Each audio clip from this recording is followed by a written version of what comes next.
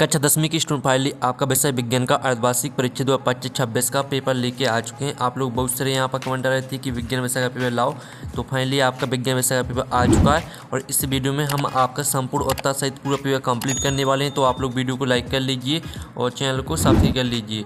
आप यहाँ पर देख लीजिए कक्षा 10वीं अर्धवार्षिक परीक्षा 2025-26 साइंस विज्ञान विषय का आपका पेपर है। हिंदी इंग्लिश वर्जन दोनों में आपका पेपर रहेगा। टोटल क्वेश्चन आपके 23 रहेंगे, मार्क्स 75 नंबर का रहने वाला है, ठीक है। और साथ ही आपके यहाँ पर निर्देश आते हैं तो आप निर्देश यहाँ पढ़ लीजिएगा, ठीक है। सभी प्रश्न अनिवार्य प्रश्न क्रमांक 1 से 5 तक वस्तुनिष्ठ प्रश्न है। प्रत्येक प्रश्न के लिए 1 अंक निर्धारित है, कुल प्रश्न 30 हैं, ठीक है। तो आप यहाँ पर निर्देश अच्छे से पढ़ लीजिएगा। आप चलिए जो आपका यहाँ पर पेपर है वो हम यहाँ पर देख लेते हैं। तो स्टूडेंट आप यहाँ पर देख लीजिए, पहले तो आपके आते हैं, ठीक है। सही विकल्प चुनकर लिखिए जो कि आपके 6 नंबर के रहने वाले हैं। तो यहाँ पर आप देख लीजिए, जिन अभिक्रियाओं में ऊष्मा का अवशोषण होता उन्हें कहते हैं, ठीक है। तो आप यहाँ पर देख लीजिए जो आपके यहाँ पर दिया गया है, ऊष्मा क्षेपी अभिक्रिया, बात ऊष्मा शोषी अभिक्रिया और साथ संयोजन अभिक्रिया और दाता वापसीकरण अभिक्रिया। तो यहाँ पर जिन अभिक्रियाओं में ऊष्मा का अवशोषण होता उन्हें कहते हैं, ठीक है। आपके यहाँ पर देख लीजिए ऊष्मा का अवशोषण हो रहा है तो यहाँ पर ऊष्मा शोषी अभिक्रिया हो जाएगी। और साथ ही आप यहाँ पर देख लीजिए pH स्केल की परास है, तो आपका इसका ऑप्शन आता है 1 से 10 और बा आता 0 से 14 और सा आता 1 से 14 और दा आता 0 से 12। तो यहाँ pH स्केल की जो परास है वो है आपकी 0 से 14, ठीक है। तो आपके यहाँ पर अच्छे से याद करते जाना। फिर आप यहाँ पर देख लीजिए आहार नली के किस भाग में भोजन का पाचन पूर्ण होता है, तो आपका था छोटी आंत, बा आता बड़ी आंत, सा आता अमाशय और दा आता मलाशय। तो यहाँ पर आहार नली किस भाग में भोजन का पाचन पूर्ण होता है, तो इसका आंसर आपका छोटी आंत हो जाएगा। फिर आपका चौथा आता दो तंत्रिका कोशिकाओं के मध्य खाली स्थान को कहते हैं। तो यहाँ पर दो तंत्रिका कोशिकाओं के मध्य खाली स्थान को कहते हैं डुमिका और बाता सिनेप्स, साता एक जान और दाता आवेग। तो इसका आंसर आपका सिनेप्स हो जाएगा, ठीक है। दो तंत्रिका कोशिकाओं के मध्य खाली स्थान को सिनेप्स कहते हैं। फिर आप यहाँ पर देख लीजिए आपका 5वां आता निम्न में से कौन मानव में मादा जनन तंत्र का भाग नहीं है, तो आपका आता अंडाशय, बाता गर्भाशय और साता शुक्रवाहिका और दाता डिम्बवाहिनी। तो यहाँ पे इसका आंसर हो जाएगा शुक्रवाहिका। फिर आपका 6वां आता बायनों में पीछे का दृश्य देखने के लिए किस दर्पण का उपयोग किया जाता है, तो आपका आता अवतल दर्पण, बा आता उत्तल दर्पण और सा आता आपका समतल दर्पण और दाता उपयुक्त में से कोई नहीं। तो यहाँ पर बायनों में पीछे का दृश्य देखने के लिए किस दर्पण का उपयोग किया जाता है, तो इसका आंसर आपका हो जाएगा, ठीक है, उत्तल दर्पण। तो इस तरह से जो आपके सही विकल्प वो कंप्लीट हो जाते हैं। साथ ही आप यहाँ पर देख लीजिए आपके यहाँ पर जो है इंग्लिश मीडियम के स्टूडेंट भी यहाँ पर देख सकते हैं, ठीक है। तो यहाँ पर जो इंग्लिश मीडियम के स्टूडेंट है वो यहाँ पर देख लीजिए अच्छी तरह से। पहला आपका यहाँ पर जो सही विकल्प है वो यहाँ पर दिया गया, दूसरा भी दिया गया और साथ ही तीसरा देख लीजिए और इसके ऑप्शन भी आपके यहाँ पर दिए गए हैं। तो आपको यहाँ पर अच्छे से याद करना है, ठीक है। और साथ ही जो इनकी आंसर है, जिस तरह से हमने यहाँ पर हिंदी मीडियम के स्टूडेंट के लिए आंसर बताए, तो उसी तरह से आपको यहाँ पर अच्छे से याद कर लेना है। प्रश्न 2 आता है रिक्त स्थानों की पूर्ति की, जो कि आपके यहाँ पर 6 नंबर के रहने वाले हैं। 2 या 2 से अधिक धातुओं के मध्य, ठीक है, 2 या 2 से अधिक धातुओं के समांगी मिश्रण को कहते हैं। तो इसका आंसर हो जाएगा मिश्र धातु कहते हैं। ठीक है, आपका यहाँ पर मिश्र धातु इसका राइट आंसर हो जाएगा। फिर आपका आता तंत्रिका तंत्र की प्रमुख इकाई डंडो होती है, तो यहाँ पर तंत्रिका तंत्र की प्रमुख इकाई आपकी न्यूरॉन होती है, ठीक है। आपका इसका आंसर हो जाएगा न्यूरॉन। और फिर आपके यहाँ पर आता भ्रूण को माँ के दूध से पोषण डॉट डॉट नामक संरचना से प्राप्त होता है, तो इसका आंसर आपका रहेगा प्लेसेंटा, ठीक है। प्लेसेंटा आपका यहाँ पर राइट आंसर हो जाएगा। और फिर आपका चौथा आता नर युग्मक एवं मादा युग्मक में के मिलने की प्रक्रिया डंडो कहलाती है, तो यहाँ पर नर युग्मक एवं मादा युग्मक के मिलने की प्रक्रिया आपकी निषेचन कहलाती है, ठीक है। निषेचन आपका यहाँ पर राइट आंसर हो जाएगा। और साथ ही आप यहाँ पर देख लीजिए गोलीय दर्पण की फोकस दूरी उसकी वक्रता त्रिज्या की आधी होती है, तो इसका आंसर आपका आधी हो जाएगा। फिर आपका आता है 6वां एक आदर्श वोल्टमीटर का प्रतिरोध डंडो होता है, तो यहाँ पर एक आदर्श वोल्टमीटर का प्रतिरोध आपका अनंत होता है। तो इस तरह से जो आपके रिक्वेस्ट हैं वो कंप्लीट हो जाते हैं। साथ ही यहाँ पर इंग्लिश मीडियम के स्टूडेंट भी यहाँ पर देख सकते हैं, ठीक है। चलिए आपके यहाँ पर आता प्रश्न 3, सही जोड़ी बनाकर लिखी, जो कि आपकी यहाँ पर 6 नंबर की रहने वाली है। स्तंभ अववा में आपकी यहाँ पर दी गई सही जोड़ी। तो पहले आती है आपकी सोडियम, तो सोडियम को आपको मिट्टी के तेल से मैच कर देना है। और दूसरी आती है मास्टर ग्रंथि, तो इसको आपको पीयूष ग्रंथि से मैच कर देना है। तीसरी आती है गर्भधारण रोकने हेतु, तो इसको आपको यहाँ पर, ठीक है, इसको जो आपके यहाँ पर दिए गर्भ धारण रोकने हेतु, तो इसको आपको कॉपर टी से मैच कर देना है तीसरी। चौथी आती है मेंडल, तो मेंडल को आपको मैच करना अनुवांशिकी के जनक से। और पाँचवीं आती है डायप्टर, तो डायप्टर को आपको लेंस की क्षमता से मैच कर देना है, ठीक है। और जो आपकी छवीं आती है अवतल लेंस की क्षमता, तो यहाँ पर अवतल लेंस की क्षमता होती है ऋणात्मक, तो छवीं आपको ऋणात्मक से मैच कर देना है। तो इस तरह से जो आपकी सही जोड़ी है वो कंप्लीट हो जाती हैं। और साथ ही आप यहाँ पर देख लीजिए, यहाँ पर इंग्लिश मीडियम के स्टूडेंट भी देख सकते हैं। अब प्रश्न 4 आता है, एक शब्द वाक्य में उत्तर दीजिए, जो कि आपके यहाँ पर 6 नंबर के रहने वाले हैं। तो आप यहाँ पर देख लीजिए, लोहे की वस्तुओं पर पेंट क्यों करते हैं, तो यहाँ पर इसका जो आंसर रहेगा वो हम आपको बता देते हैं, ठीक है। लोहे की वस्तुओं को पेंट क्यों करते हैं, तो यहाँ पर संक्षारण से बचाने के लिए, ठीक है, संक्षारण से बचाने के लिए। और फिर आपका आता है, ताजे दूध का पीएच मान 6 होता है, दही बन जाने पर इसकी पीएच मान में क्या परिवर्तन होगा, तो आपका यहाँ पीएच मान 6 से कम हो जाएगा, ठीक है। पीएच मान आपका 6 से कम हो जाएगा, ठीक है। ये आपका यहाँ पर आंसर हो जाएगा दूसरे का। फिर आपका जो तीसरा आता है, 2 धातुओं के नाम लिखिए जो ठंडे जल के साथ तेज़ी से अभिक्रिया करती हैं, तो इनका आंसर आपका हो जाएगा सोडियम, ठीक है, Na और पोटेशियम के, ठीक है। आपके यहाँ पर 2 धातु हो जाएंगी, सोडियम और पोटेशियम। मनुष्य में श्वसन वर्णक का नाम लिखिए, तो मनुष्य में श्वसन वर्णक का नाम होता है आपका हीमोग्लोबिन, ठीक है। आप यहाँ पर देख लीजिए, हीमोग्लोबिन आपका यहाँ पर राइट आंसर हो जाएगा, ठीक है, हीमोग्लोबिन। और साथ ही आप यहाँ पर देख लीजिए, जो आपके यहाँ पर दिया गया है DNA का आपको क्या करना है, पूरा नाम लिखना है, ठीक है। तो चलिए, आपका यहाँ पर जो DNA का पूरा नाम है वो आपको यहाँ पर लिखना है। तो DNA का पूरा नाम होता है आपका डीऑक्सी, ठीक है, डीऑक्सी राइबो न्यूक्लिक अम्ल, डीऑक्सी राइबो न्यूक्लिक अम्ल। और साथ ही आपका आता है, रेगिस्तान की मरीज का किस क्रिया का उदाहरण है, तो इसका आंसर आपका हो जाएगा, ठीक है, पूर्ण आंतरिक परावर्तन, पूर्ण आंतरिक परावर्तन, ठीक है। आपका यहाँ पर आंसर रहने वाला पूर्ण आंतरिक परावर्तन। और साथ ही इस तरह से आपके जो एक शब्द वाक्य उत्तर है वो कंप्लीट हो जाते हैं।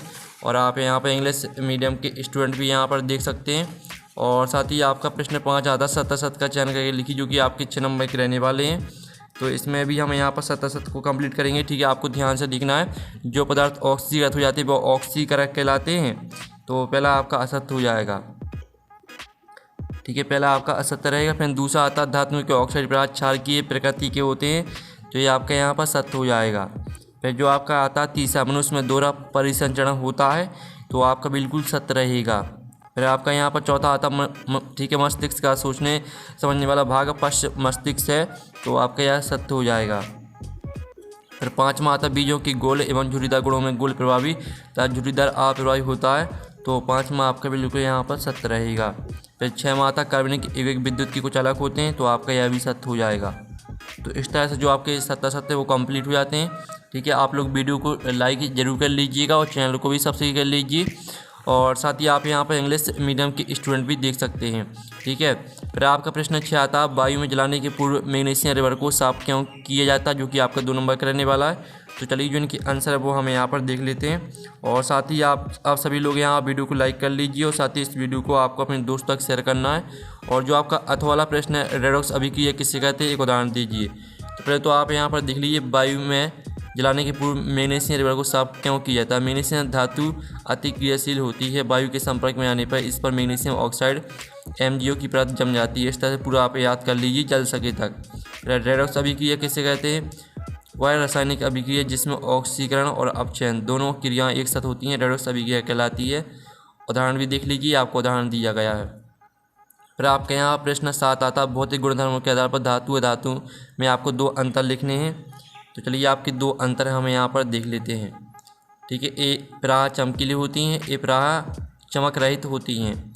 ए प्राह, ठीक है, आगत वर्ध और तन होती हैं। ए प्राह भंगुर होती हैं। ठीक है, आपका धातु अधातु में यहाँ पर अंतर हो जाएगा। अब चलिए आपका यहाँ पर 7वें का अथवा वाला प्रश्न हमें यहाँ पर देख लेते हैं। तो 7वें का जो आपका अथवा वाला प्रश्न है वो आप यहाँ पर देख लीजिए। ऑक्साइड, अवधर्मी ऑक्साइड क्या होते हैं? 2 अवधर्मी ऑक्साइडों के उदाहरण दीजिए। तो इसका जो आंसर है वो हमें यहाँ पर देख लेते हैं। अवधर्मी ऑक्साइड क्या होते हैं? वे ऑक्साइड जो अम्लीय तथा क्षारीय दोनों प्रकार के ऑक्साइडों की तरह व्यवहार करते हैं, अवधर्मी ऑक्साइड कहलाते हैं। ये अम्ल और क्षार दोनों के साथ अभिक्रिया करके लवण और जल बनाते हैं। साथ ही इसका उदाहरण भी देख लीजिए। एल्यूमिनियम ऑक्साइड Al2O3 और जिंक ऑक्साइड ZnO। साथ ही आपका यहाँ पर अथवा का आंसर हो गया। ठीक है, अब चलिए आपका 8वां आता साबुन तथा अपमार्जक में आपको 2 अंतर लिखने हैं। अथवा आता प्रतिस्थापन अभिक्रियाएं किससे कहते हैं? तो पहले तो आप यहाँ पर साबुन और अपमार्जक में 2 अंतर देख लीजिए। ठीक है, ये लंबी श्रृंखला वाले वसा अम्लों के सोडियम पोटेशियम लवण होते हैं और ये लंबी श्रृंखला वाले सल्फोनिक अम्लों के सोडियम लवण होते हैं। ठीक है, इस तरह से दोनों अंतर को आपको यहाँ पूरे याद कर लेना है। फिर आपके यहाँ पर इसका जो अथवा आता प्रतिस्थापन अभिक्रिया किससे कहते हैं? तो इसका आंसर आप खुद कर लीजिएगा। और साथ ही आपका यहाँ पर 9वां प्रश्न आता है माइटोकॉन्ड्रिया कोश का बिजली घर क्यों कहते हैं? और अथवा आता है जाइलम और फ्लोएम में आपको 2 अंतर लिखना है। तो पहले तो आप यहाँ प्रतिस्थापन अभिक्रिया किससे कहते हैं? वह रासायनिक अभिक्रिया जिसमें किसी एक के अणु में उपस्थित एक परमाणु या परमाणुओं के समूह को कोई दूसरा परमाणु या समूह विस्थापित कर देता है, प्रतिस्थापन अभिक्रिया कहलाती हैं। साथ ही इनका उदाहरण भी देख लीजिए। और माइटोकॉन्ड्रिया कोश का बिजली घर क्यों कहते हैं? तो इसका आंसर देख लीजिए और पूरा आप स्क्रीनशॉट लेते चलिए। ठीक है, अब चलिए आपके यहाँ पर देख लेते हैं जो माइटोकॉन्ड्रिया कोश का बिजली घर क्यों कहते हैं, ये आपका हो चुका है। ठीक है, और साथ ही आपको जाइलम और फ्लोएम में अंतर भी लिखना है। तो ये आपका जाइलम और फ्लोएम में अंतर है, 10वें का अथवा का आंसर है। ठीक है, आपका जाइलम और फ्लोएम में अंतर दिया गया है। फिर आपके यहाँ पर आता है, सॉरी, आपका 9वें का अथवा हो गया है। ठीक है, और फिर आप यहाँ पर देख लीजिए जो आपका यहाँ पर ये मनुष्य में संचारित होने वाले 2 जीवाणु जनित इन रोगों के नाम लिखिए। अथवा था प्लेसेंटा के 2 कारण लिखिए। तो आप यहाँ पर देख लीजिए आपका 10वें प्रश्न का आंसर रहने वाला है मनुष्य में संचारित होने वाले 2 जीवाणु जनित इन रोगों के नाम। ठीक है, गोनोरिया और सिफिलिस। और प्लेसेंटा के आपको 2 कारण लिखने थे अथवा में। तो ये आपके प्लेसेंटा के 2 कारण दिए गए, पोषण और ऑक्सीजन की आपूर्ति, और दूसरा हो जाएगा उत्सर्जन। ठीक है, तो इस तरह से आपको पूरे याद कर लेना है। फिर आपका आता है मेंडल ने अपने प्रयोगों के लिए मटर के पौधे का चुनाव क्यों किया? अथवा आता मेंडल का प्रभाविता का नियम क्या है? तो आप यहाँ पर देख लीजिए मेंडल ने अपने प्रयोगों के लिए मटर के पौधे का चुनाव क्यों किया। पहला आपका इसका पॉइंट रहेगा विपरीत लक्षण। ठीक है, विपरीत लक्षण वाली हेडिंग आपको याद कर लेनी है। छोटा जीवन काल। ठीक है, इन दोनों हेडिंग को पूरा याद कर लेना। साथ ही इसका अथवा का आंसर देख लीजिए मेंडल का प्रभाविता का नियम क्या है। जब विपरीत लक्षणों वाले, ठीक है, 2 शुद्ध जनकों के बीच संकरण कराया जाता है तो प्रथम पीढ़ी F1 में केवल प्रभावी लक्षण ही दिखाई देता है। ठीक है, इस तरह से इसका उदाहरण भी याद कर लेना है। फिर आपका आता अवतल दर्पण के 2 अनुप्रयोग लिखिए। अथवा आता स्नेल का नियम लिखिए। तो पहले तो आप यहाँ पर अवतल दर्पण के 2 अनुप्रयोग देख लीजिए। ये आपके अवतल दर्पण के 2 अनुप्रयोग दिए गए हैं। ठीक है, और साथ ही स्नेल का नियम प्रकाश के अपवर्तन के लिए स्नेल का नियम यह बताता है कि किन्हीं 2 माध्यमों के लिए एक ही रंग के प्रकाश के लिए आपतन कोण की जया और अपवर्तन कोण की जया अनुपात स्थिर होता है। ठीक है, इस तरह से आंसर रहेगा। और फिर आप यहाँ पर देखिए उस लेंस की फोकस दूरी ज्ञात कीजिए जिसकी क्षमता -2.0 डायोप्टर है। और साथ ही इसका जो अथवा वाला प्रश्न है वो भी आप यहाँ पर देख लीजिए। ठीक है, अथवा वाला प्रश्न आता है कोई डॉक्टर प्लस 1.5 डायोप्टर क्षमता का संशोधक लेंस निर्धारित करता है, लेंस की फोकस दूरी ज्ञात कीजिए। तो चलिए आपके यहाँ पर 13वें प्रश्न का आंसर भी हम यहाँ पर देख लेते हैं। ठीक है, तो आप यहाँ पर देख लीजिए उस लेंस की फोकस दूरी ज्ञात कीजिए जिसकी क्षमता -2.0 डायोप्टर है। तो इसका उत्तर आप यहाँ पर देख लीजिए।